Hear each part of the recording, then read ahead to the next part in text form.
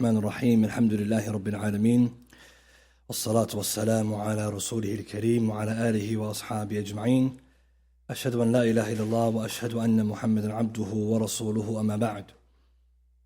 Continuing in our lessons on نواقض الإسلام of Shaykh al-Islam Muhammad bin Abdul rahimahullah, the Nullifiers of Islam.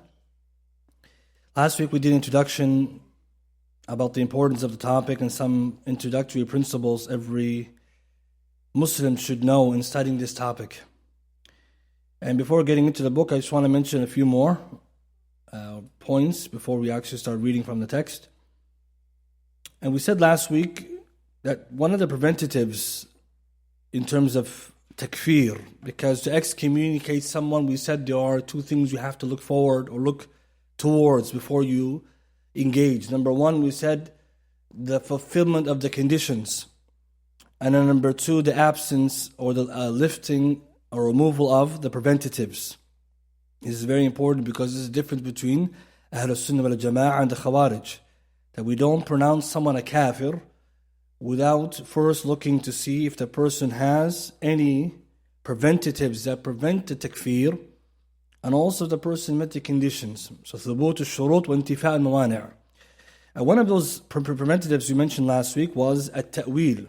Someone has an interpretation, a false interpretation, that's led them to act in a way which is not correct, or these do or say something which is kufr, it's disbelief, but because of this interpretation they're excused, because they were under the false premise, the false idea. And so I just want to touch on that real quick, because the ulama, they say that even this ta'wil fasid, this invalid interpretation, has conditions. Not everyone who has a ta'wil is considered ma'dhur. It's important. Not everyone who has a ta'wil, a preventative or interpretation, is excused. So the ulama, in trying to understand this, they said that there are two things you look at if someone has an interpretation. For example, someone comes to you and says something, and they believe it's in the Quran or Sunnah. Okay, so for example, someone says alcohol is permissible. Clearly it's haram. And he says in the Quran, and he brings you ayah in Surah Ma'idah about the people before, Sahaba, before the ruling came, they used to drink alcohol, or something along those lines. Or he brings you something else. How do we know this person is ta'wil, his interpretation is excusing him or not? Two things. Number one, we look at the individual themselves, the muta'awwil, the one making the ta'wil. You look at the muta'awwil, the one making ta'wil. First, you establish the proof on them, to let them know this interpretation you have is wrong. So bring the adillah, the Quran, hadith, remove the doubt they have. And then you have to investigate if the person is knowledgeable or not. So for example, the person who says khamr is halal, you tell him, okay brother, where did you get that from? He brings you an ayah, then you bring another ayah, bring a hadith, you clarify to him this is wrong. And you have to also remember that it's not a condition the person has to understand in depth, just he has to receive the evidence and understand the generality of it. But some people, they're knowledgeable, so they're not interpreting out of ignorance. They're already aware of this, but they're people of desires. So sometimes a person has a false interpretation and is ignorant, hence he's excused. And someone else has a false interpretation and is knowledgeable. He knows what he's doing and he's not excused. And to give you the example, we mentioned last week, we're going to mention it clearly here. Imam Ahmad rahimahullah, in his time, when there was the mihna, the very famous trial about the khalq al-Quran, the Quran being created or not, and Imam Ahmad went to a severe trial. At the end of the trial, he made takfir of Ibn Abi Du'ad. The man who was appointed by Mu'tasim to argue with him, Imam Ahmad made takfir of him. But he didn't make takfir al-Mu'tasim. So someone will say, why? Why not the ruler? The ruler is ignorant. He didn't understand the conversation they're having. As for the one who was appointed, he's a knowledgeable deviant. So he knew. So Imam Ahmad made takfir of him and not the other. See this justice? This is what we talk about ta'wil. So when it comes to the individual, someone could be excused, someone else can be. It depends on the scenario. So if you go, for example, Kitab al-Sunnah Khalal, authentic chain of transmission, it says, one of the narrators, Al-Hassan bin Thawab, قلت لأحمد بن حنبل, I said to Ahmad bin Hanbal, Ibn Abi Du'ad, what do you think about him? قال كافر بالله العظيم. He is a kafir in the Lord Almighty. Isnad al-Sahih, Kitab al-Khalal, 1757. And Shaykh al-Islam ibn Taymiyyah mentioned Majmu' Fatawa, as for al-Mu'tasim and the rulers, he didn't make takfir of them. So the first thing you have to look at, the person. Okay, that's the first rule. Who's the person? Are they ignorant or knowledgeable? Do they know any better?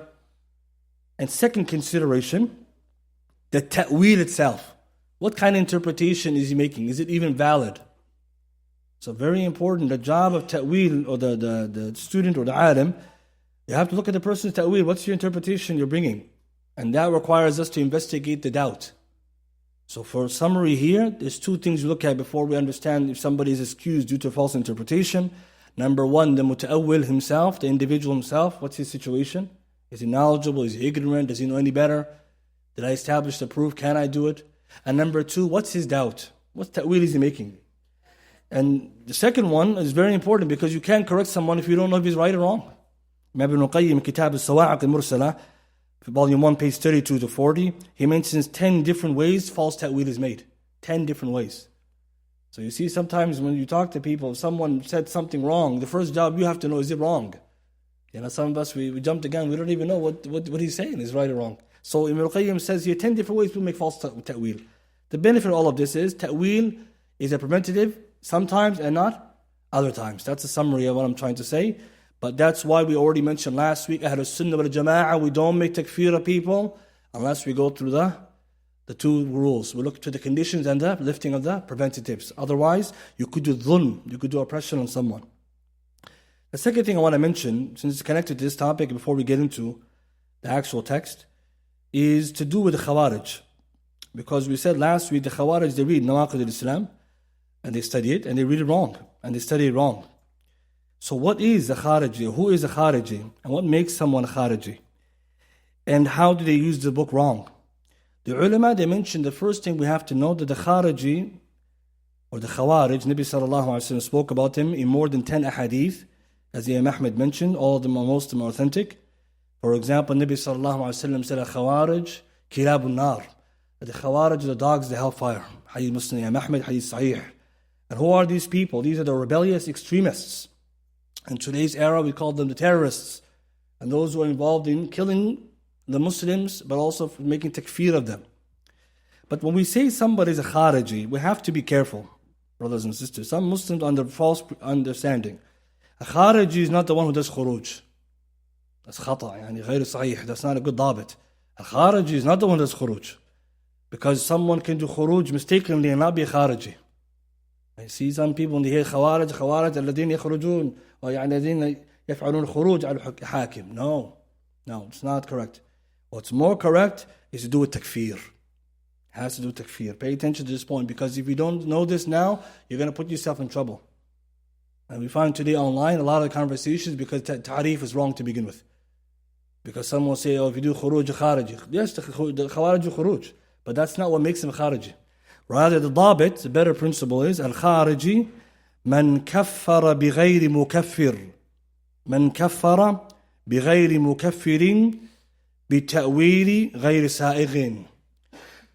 Man kaffara, whoever excommunicates or makes takfir of others, bighayri mukaffirin, without a proper excommunicating matter. يعني بدون التكفير الحق.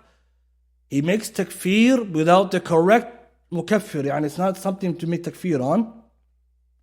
بتأويل غير سائغ, using a ta'wil and interpretation is unjustifiable. من كفر بغير مكفر بتأويل غير سائغ. Whomsoever excommunicates others on a matter which should not be used to excommunicate others, using an interpretation is not justifiable. So this takfir and this ta'wil is doing at the same time. And that's why Nabi sallallahu alayhi wa sallam, when he talked about the Khawarij, what did he tell us about them? يَقْتُلُونَ أَهْلُ الْإِسْلَامِ. They are going to kill the Muslims. وَيَتْرُكُونَ أَهْلَ الْأَوْثَانِ, and leave alone the non-Muslims.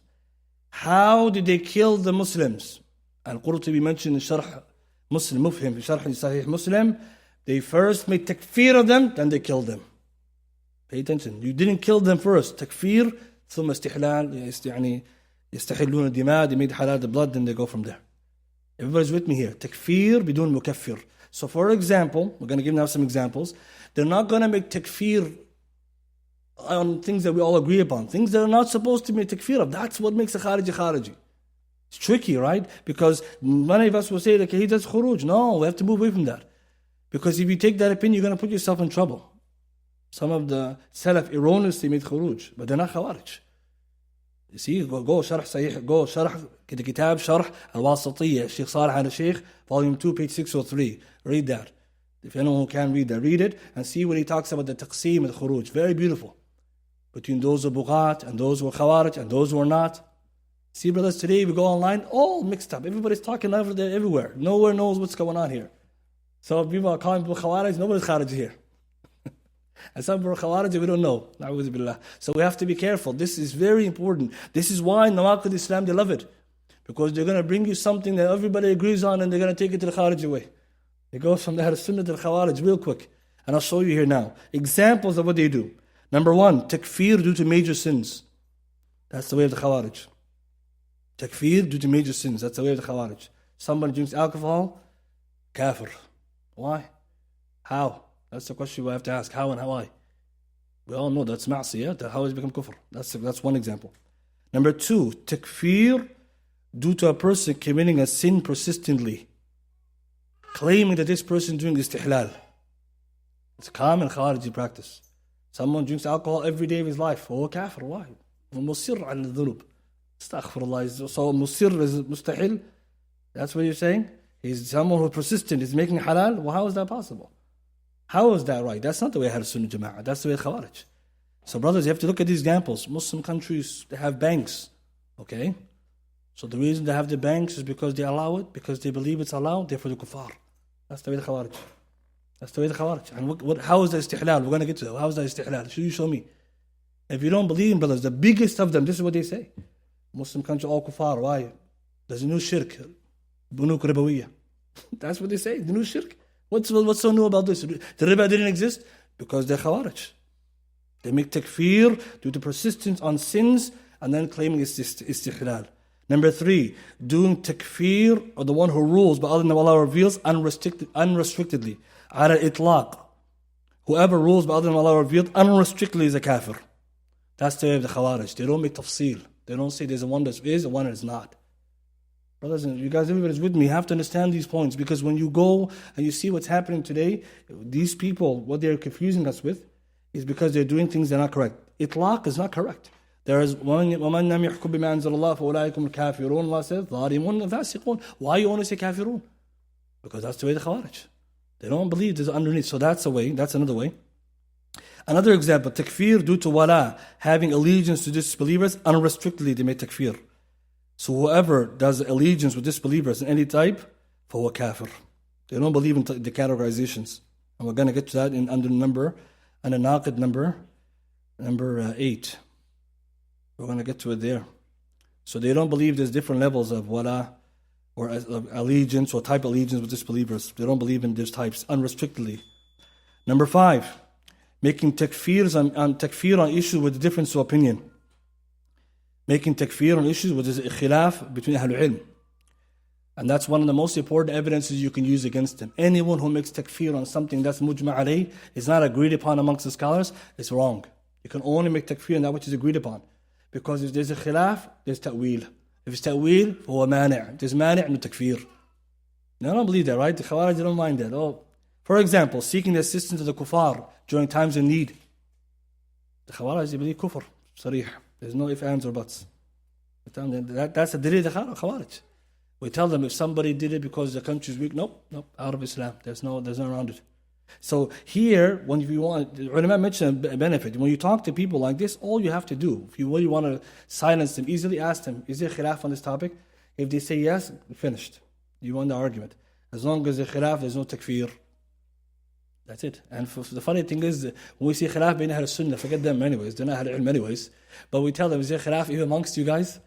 There's. So what they will do is they bring you something agreed upon, and that's the next step. Now they're going to, because they're not foolish either, so they know something's difference of opinion. So what they'll do, they bring you something agreed upon and say, okay, how about this one? We all agree upon shirk, right? Yeah, okay, so this guy's kafir. No, well, wait, we're not done yet. Because we're only talking about what you're making takfir of. I didn't ask what usloob you're using next. So this, if someone wants more, they can see the kitab, تأثير خوارج المعاصرين بأصول خوارج المتقدمين, Sheikh Fahad Fuhaid. He has a very nice book. He gathers all these usloob, the Khawarij of the past, the Khawarij today, exactly as is. Once we understand this, brothers and sisters, the Khawarij are not reading Nواقض Islam the way we read it.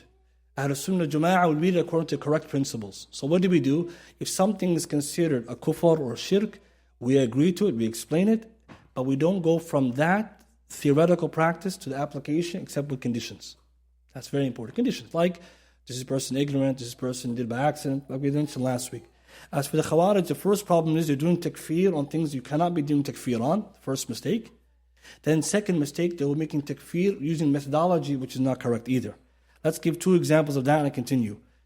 So one example is that they will do takfir without looking at conditions or preventatives. So they don't care if somebody has a preventative or met the conditions. So they go from takfirun naw' to takfirun ayn, like that. Example, somebody did shirk, therefore he's a mushrik. Do we all agree to that? We say in principle, yes. In application, no. Because not everyone falls into shirk. وقع الشرك عليه. We know the shirk doesn't go back to him. Not everyone falls into bid'ah. Bid'ah does become mubtadi'. For Khawarij, you fall into shirk, you're a mushrik. That's it.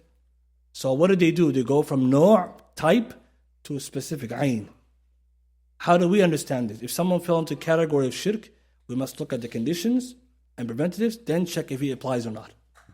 So for example, someone did shirk, we're going to ask him and investigate. Does he know any better? Is he ignorant? Was he mistaken? Was he drunk? Was he crazy? Right? Khawarij don't care. Everybody's the same. So you see, this is why it's important, because what they will tell you, don't you believe shirk is haram? Don't you believe slaughter for Allah is haram? We say, of course. So this guy's kafir. So no. You see, you have to understand, you have to come right, you got to put the wrench right in the gear, break their machine and say, wait a minute, what are you going naw' to ayn? What is going on here?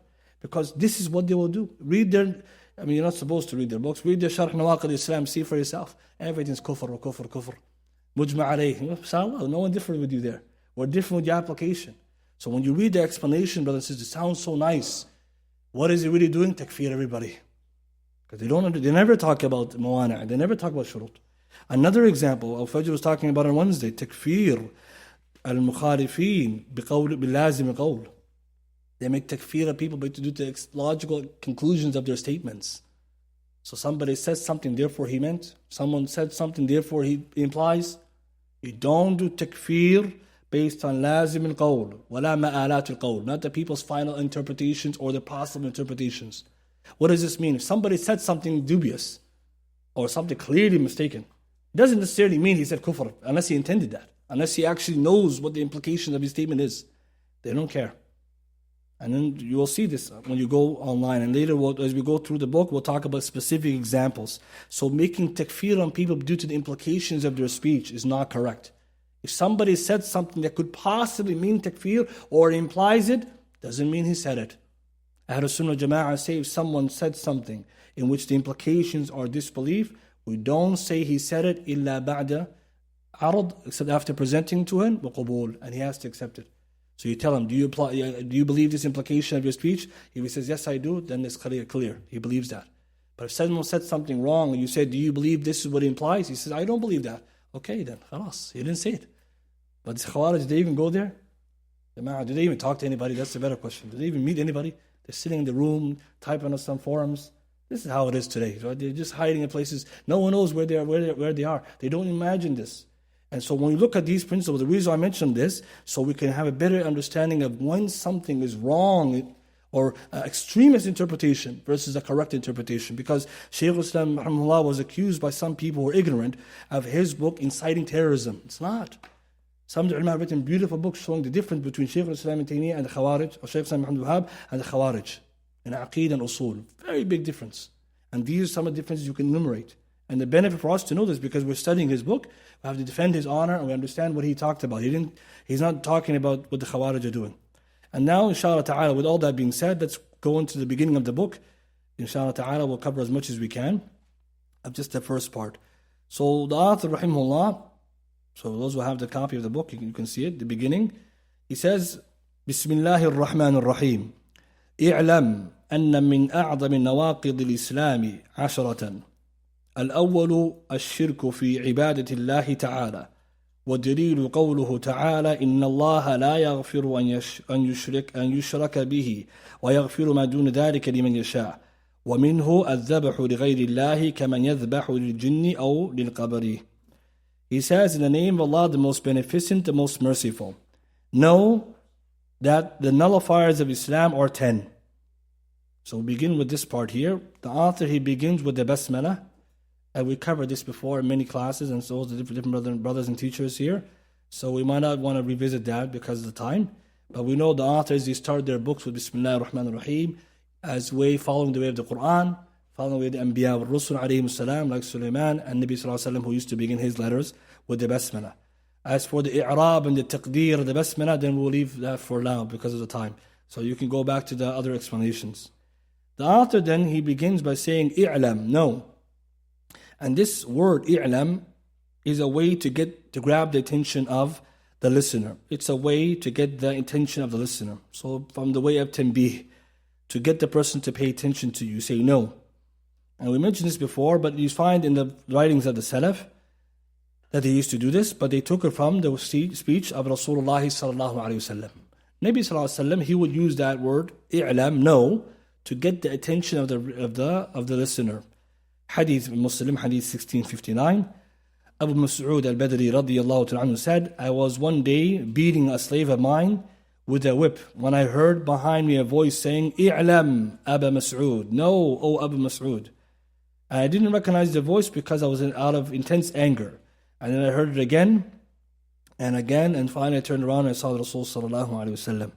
And he told me, know, O Abu Mas'ud, that Allah has more dominance over you than you have over the slave. He said, when I heard that, I would never beat any slave or servant ever again in the future. The shahid, the benefit, the word i'lam. That's how you get the attention. So Shaykh al-Islam Muhammad Wahab is taking from the way of Rasul sallallahu alaihi wasallam. And Abu Ubaid bin Qasim al-Salam, rahimahullah, the great Imam of the Salaf, he writes in Kitab al-Iman, i'lam, know, rahimakallah, may Allah have mercy upon you. The people of knowledge and concern for the deen have differed on this matter until the end of his speech. So the Salaf used to also start right like this, showing us what Shaykh al-Islam Muhammad Wahab as ala manhaj Salaf. See, brothers, look at some of the ulama said, look at his books. The way he writes, the way he categorizes it is the way of the Salaf. Just like Kitab al-Tawheed, he has ahadith wa ayat underneath abwab, the way Bukhari he did it. So this will give us understanding of the level of the Shaykh's knowledge, because some people maybe they don't know that. So the author, when he says no, he says no, that the nullifiers of Islam are 10. We said it last week, the word nawaqid is the plural of the word naqid, which means a nullifier, something that nullifies or invalidates. As Allah says in chapter 16, Surah Nahl, ayah 92, وَلَا تَكُونُوا كَالَّتِي نَقَضَتْ غَزْلَهَا مِنْ بَعْدِ قُوَّةٍ أَنْكَاثًا. And do not be like the woman who undoes her thread when she has spun it after it's become strong. So Allah says naqadat. So a woman in the time of Rasulullah or the past Arab, she would make something with yarn, spin it together, and then later she would just pull it and undo it. Naqadat, yani undo. So here naqid is something which undoes or undoes your Islam. You're in Islam, you get out of it. That's just like nawaqid or nawaqid wudu or nawaqid of salah or whatever. Faida, Shaykh Barak Hafidhullah Ta'ala and others, they mention this benefit, but Shaykh Barak particularly, there's a connection between Iman and Tawheed and Ibadah and Tahara. So we know nawaqid nullifies the wudu, right? What breaks your wudu? Just like there's what breaks your Islam. Because Tawheed and Iman is like a purification for your faith. The way wudu is a purification for your body. So some of the scholars say because Ibadah, like wudu, is broken when you pass wind or use the washroom, likewise your Islam and its purity is broken when you mix it with shirk or kufr. And the proof of this, Allah says the mushrikeen are impure. إِنَّمَا الْمُشْرِكُونَ najas. They're impure. Why? Their faith. They have shirk. So shirk is impure. So when you have Islam and Iman, you have tahara. And then when you break it with kufr and shirk. Just like wudu, you're in tahara, you use the washroom, you get in, you break it. Or hadith Muslim, Bukhari Muslim, Nabi Sallallahu Alaihi Wasallam said to Abu Hurairah, إِنَّ الْمُؤْمِنَ لَا يَنْجُسْ. Subhanallah, the believer never gets impure. Impure in what? Taharat qalb or aqidah. So that's a nice benefit to show why nawaqid Islam, like nawaqid wudu, there's a similarity in language. In all cases, the author now, since he's talking about the nullifiers of Islam, al-Islam, we know what it means. It means linguistically al-istislam. So now the Shaykh said nawaqidul Islam, the nullifiers of al-Islam. Islam is our religion. In the deen indallahi al-Islam. But what does Islam mean? Linguistically, it means to surrender or to submit. Al-Istislam. So we have to correct people. When they say Islam is peace, this is not correct. Islam is Al-Istislam. When you submit, you get the peace. Right? So you have to surrender first. Right? You don't just get the peace. Right? Because when you surrender to Allah, then you get the ayah from Nahyan Nahyan Tayyibah. You're going to get that beautiful life. So we have to tell people that because Islam comes to the word Aslama. وَمَنْ أَحْسَنُ دِينَ مِمَّنْ أَسْلَمَ وَجْهُهُ لِلَّهِ Aslama. Not peace. So this is important for lay people. Maybe they mean well, but they mixed up the words. So what is the meaning of Islam? Shaykh al-Islam in Thalath al-Usul, many of us we know. Al-Islamu, it is al-istislamu lillahi bi-tawheedi, to submit or surrender to Allah by way of tawheed. That's the first part. So 3 parts in definition of Islam. Al-istislamu lillah, to submit or surrender to Allah bi-tawheed. That's the first. We have to come with tawheed. وَالْإِنْقِيَادُ لَهُ بِطَاعَةٍ, and you come and you yield or you submit to Him also by obedience. To submit to Allah through tawheed and to comply with His rules by way of obedience. That's the second part, obedience. So Islam is submission with tawheed, complying to Allah's laws and commands with ta'ah, obedience, not disobedience.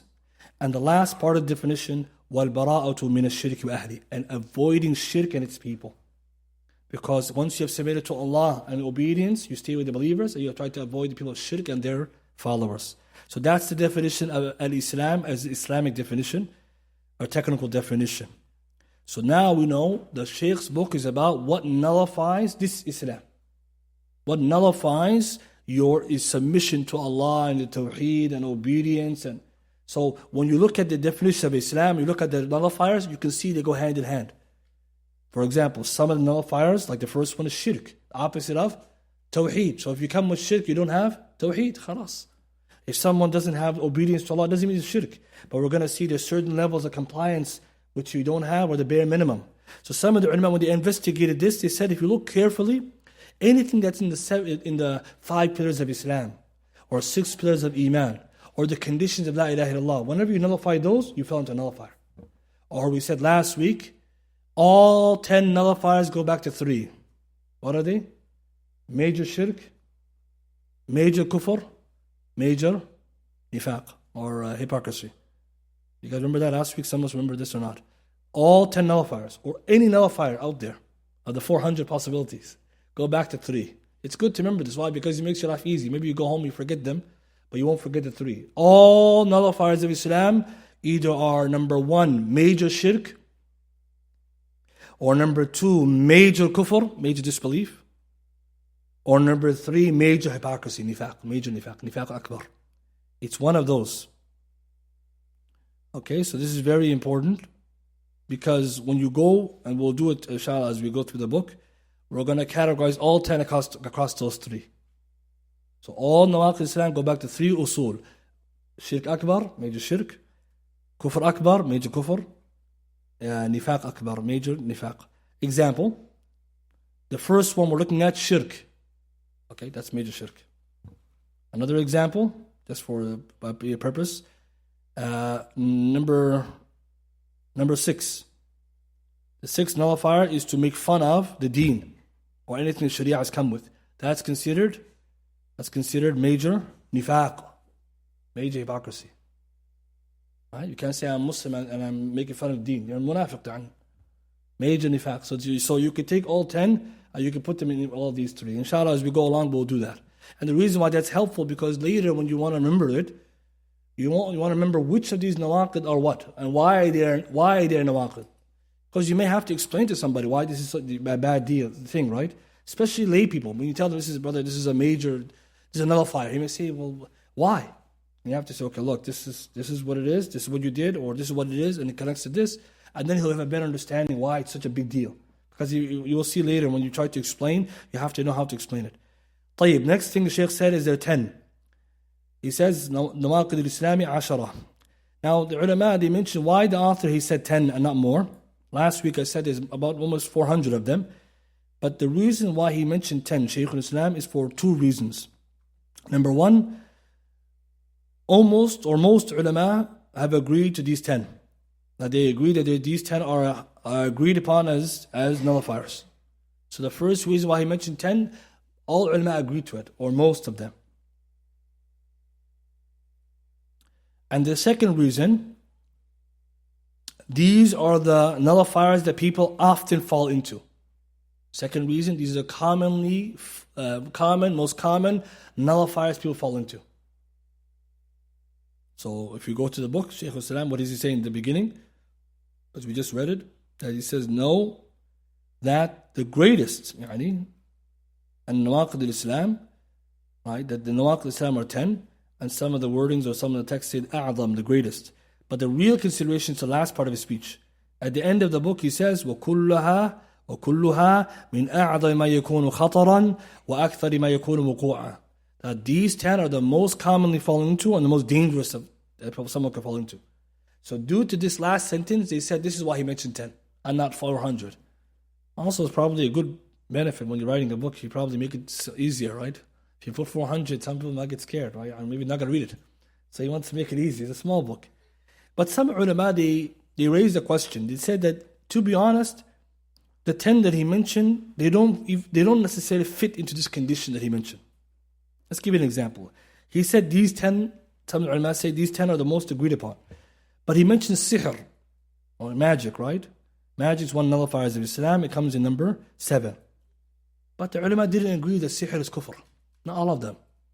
So some of the ulama said that that's problematic because he said these are all agreed upon, or people, they said this. But number 7, they didn't all agree upon, as will come later. Some ulama said sihr is not always kufr. So that's one consideration. Maybe, wallahu a'lam, the Shaykh did ijtihad, or based on what he understood to be agreed upon. Or a second consideration, he didn't put some popular nullifiers, like when somebody denies something in the deen.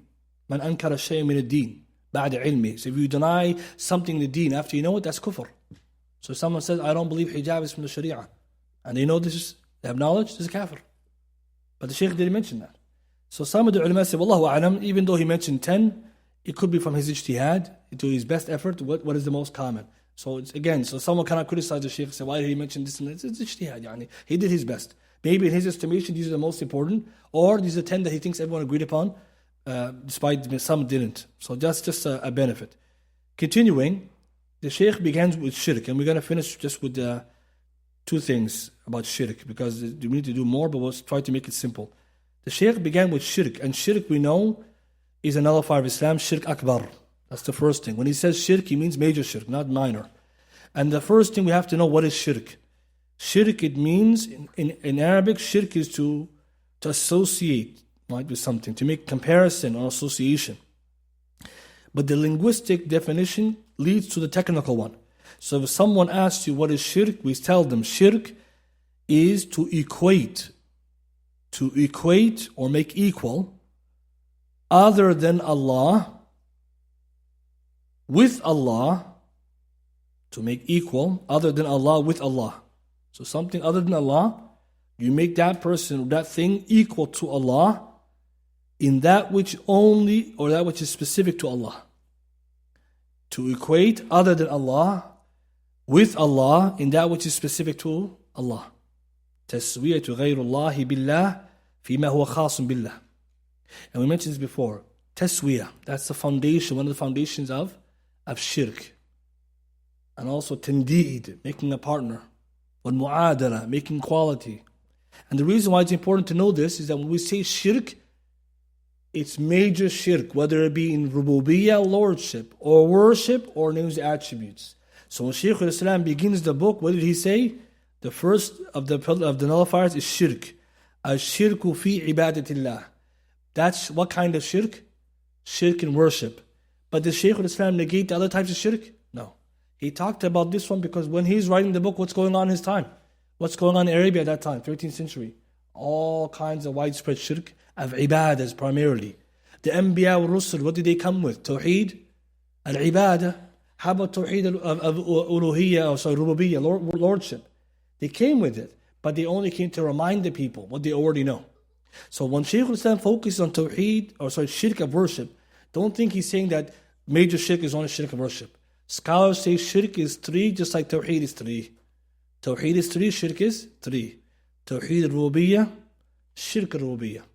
Tawheed uluhiyya, shirk uluhiyya. Tawheed asma wa sifat, shirk fi asma wa sifat. The reason why this is important, he only focused on the wording ibadah because of the context, and also the prophets and messenger alayhimus salam, they came to teach that. But when the Shaykh says shirk, he's talking about major shirk. That leads to the second point. How many categories of shirk are there? The correct opinion, only 2. As for shirk al-khafi, minor or hidden shirk, for shirk al-asghar ala sahih al-aqwal. According to the most correct opinion, hidden shirk is minor shirk. So only 2 categories. And the proof that shirk is 2 categories, there's a hadith. It's a hadith, Shaykh al-Albani authenticated in Sahih al-Adab al-Mufrad, number 551. Abu Bakr radiyallahu ta'ala anhu, Rasulullah said to him, Ya Abu Bakrin, the shirki fikum akhfa min dibib namal. That shirk amongst you, and the community of Muslims, is more hidden than the crawling of an ant. By the one in whose hand my soul is, that shirk is more hidden than the crawling of the ant. And then he said, Ala adulluka ala shay'in idha fa'altahu dhahaba anka qaliluhu wa kathiruh. Shall I not teach you a dua? If you were to say it, it will take away from you qaliluhu, shirk asghar, wa kathiruhu, shirk akbar. واضح? قليله كثيره means akbar wa asghar. This is what the ulama, this is where they took it from. So when the ulama, they say shirk is 2 types, this is what they're getting it from. They're not just only doing istiqra, they're using adillah. And then what's the dua? Allahumma inni a'udhu bika an ushrika bika wa ana a'lam wa astaghfiruka lima la a'lam. Many of us, we know this dua, or you can find it in the Fortress of the Muslim. Here, the scholars, they took this idea, there's 2 categories. Big, which is akbar, which the Prophet called kathiruhu, and asghar, which is qaliluhu. So the reason why we have to say this, when Shaykh al-Islam says shirk is a nullifier, which one is he talking about? Akbar. Everyone's with me? As for shirk asghar, does it take you out of Islam? No. So what's an example of shirk asghar, a minor shirk? Even though when you call it minor, it doesn't mean it's less of a sin, right? It just means it's not going to take you out of Islam. Riya, right? Riya, right? When you're showing off. One last benefit, the ulama differed into 2 groups, whether or not Allah will forgive minor shirk. We don't have time to go into the arguments, but the more correct conclusion, Wallahu ta'ala a'la wa a'lam, is that Allah can and He will forgive whomsoever He wills for minor shirk. That's the more correct view, Wallahu a'lam. And the scholars differed on this, but this is the more correct view because of the ayah in Surah An-Nisa, chapter 4, verse 48. And chapter 5, verse 72. And verse 30, in chapter 39, verse 65. Inna Allah yaghfiru dhunuba jami'a wa yaghfiru ma duna dhalik liman yasha. And the reason why the scholars, they differ on this, we have 2 texts. Some that says that Allah will not forgive shirk, and shirk akbar and shirk asghar are called shirk. And the second group of scholars say Allah will forgive it because even though shirk asghar is called shirk, it's a major sin, not a shirk. So we don't have time to get it, but it's to do with the usul, how they differ. But more correct, Allah will forgive it, inshallah. But someone should repent to Allah if they did riyah or sum'ah, did something to be heard. Like in today's era with the social media, we have to teach people, don't put your good deeds in display. So next week we'll talk about when Shaykh al-Islam talked about the example of shirk, akbar, taking out of Islam. We're going to look at the examples of that, inshallah ta'ala, because he mentions one, like slaughtering for other than Allah, and other things like this. And we're going to then talk about if someone fell into major shirk, when or how does someone leave Islam when they fall into it. Means we know, and we said, if you fall into major shirk, you're not a kafir automatically. We have to go through the stages. We're going to talk about next week about that. Any quick questions? Otherwise, after Salah, we take it, yes. So how could someone protect themselves against minor shirk? By studying it, by learning it, by making dua to Allah, by hiding their good deeds, by understanding that minor shirk, it has to do with the disease of the heart. Somebody wants to be known. Allah, He sees you. Allah kulli shayin shaheed. You don't need the whole world to see you. And when you read the books like Ibn Qayyim, Madarij al-Salikin, Mukhtasar Minhaj al-Qasidin, Ibn Qudama, they talk a lot about this. They have nice chapters in English.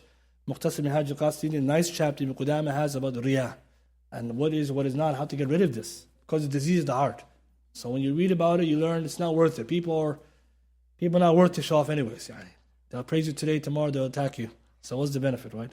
So read about it is nice. But if you have to also make dua to Allah and other things, but that's a summary, I would recommend that book.